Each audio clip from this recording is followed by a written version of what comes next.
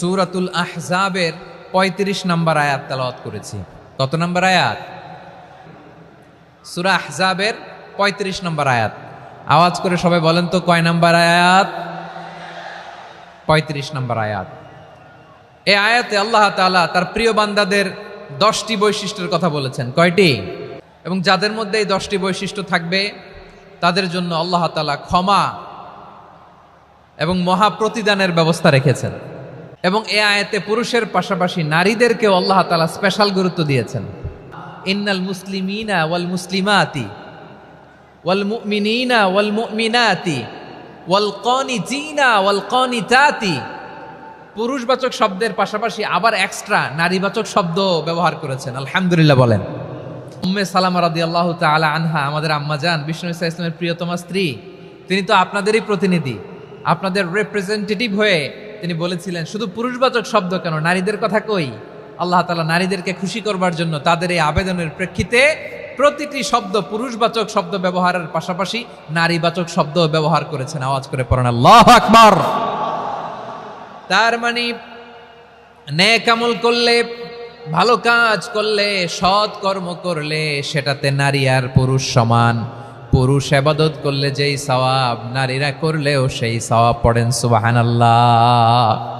That means women has been given extra attention in this verse. Subhanallah. How sensible Islam is and how lucky we are. আমরা কত lucky. নারীদের প্রতিনিধি উম্মে সালামা বলার সাথে সাথে তাদেরকে খুশি করার জন্য আল্লাহ পুরুষবাচক শব্দের পাশাপাশি নারীবাচক শব্দ দিয়ে একটা গোটা আয়াত নাজিল করেছেন। পড়েন সুবহানাল্লাহ। যে 10টি বৈশিষ্ট্য আল্লাহ তাআলা পছন্দ করেন যে ইমানদার বান্দাদের মধ্যে থাক, তার এক নাম্বার হচ্ছে আল্লাহ তাআলা বলছেন ইন্নাল মুসলিমিনা ওয়াল মুসলিমাতি। নিশ্চয়ই মুসলিম পুরুষ এবং নারী, নিশ্চয়ই মুসলিম পুরুষ এবং নারীকে আল্লাহ পছন্দ করেন। তাহলে ইন্নাল মুসলিমিনা ওয়াল মুসলিমাতি, আল্লাহ বলে যে নারী এবং পুরুষ আমি আল্লাহর বিধানের সামনে আত্মসমর্পণ করে তাদের আমি ভালোবাসি।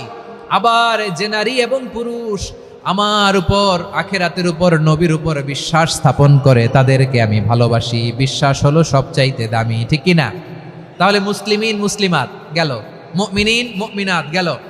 এরপরে আল্লাহ তাআলা বলেন ওয়াল কানিতিনা ওয়াল কানিতাত।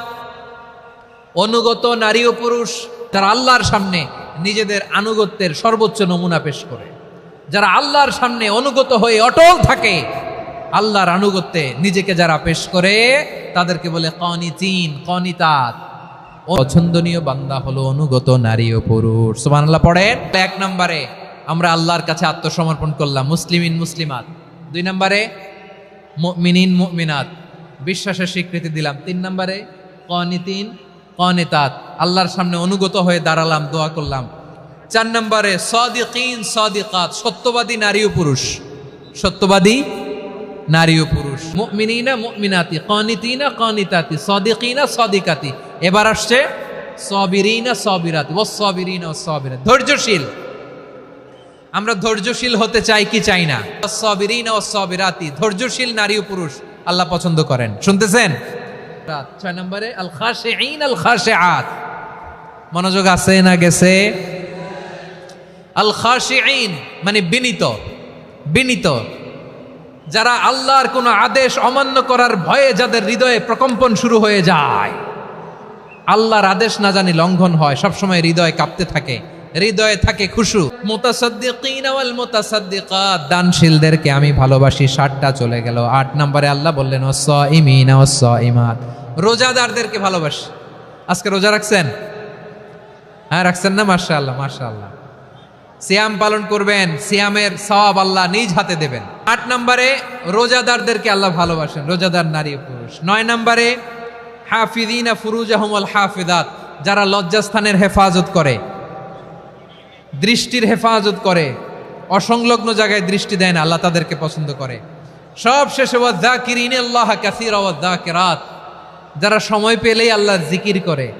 চেয়েছিলাম মনটা ভরে আয়াতের পুরো তাফসীর করব, সম্ভব হচ্ছে না। এই 10টা বৈশিষ্ট্য আল্লাহ তাআলা বড্ড পছন্দ করেন। ইসলামের সব মৌলিক অনুষঙ্গ এখানে চলে এসেছে।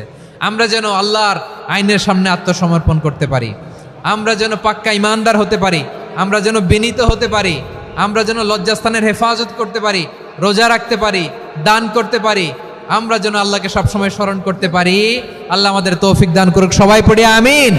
হাযা মা ইনদি ওয়াল ইলমু ইনদাল্লাহি আলাইহি তাওয়াক্কালতু ওয়া ইলাইহি উনীব।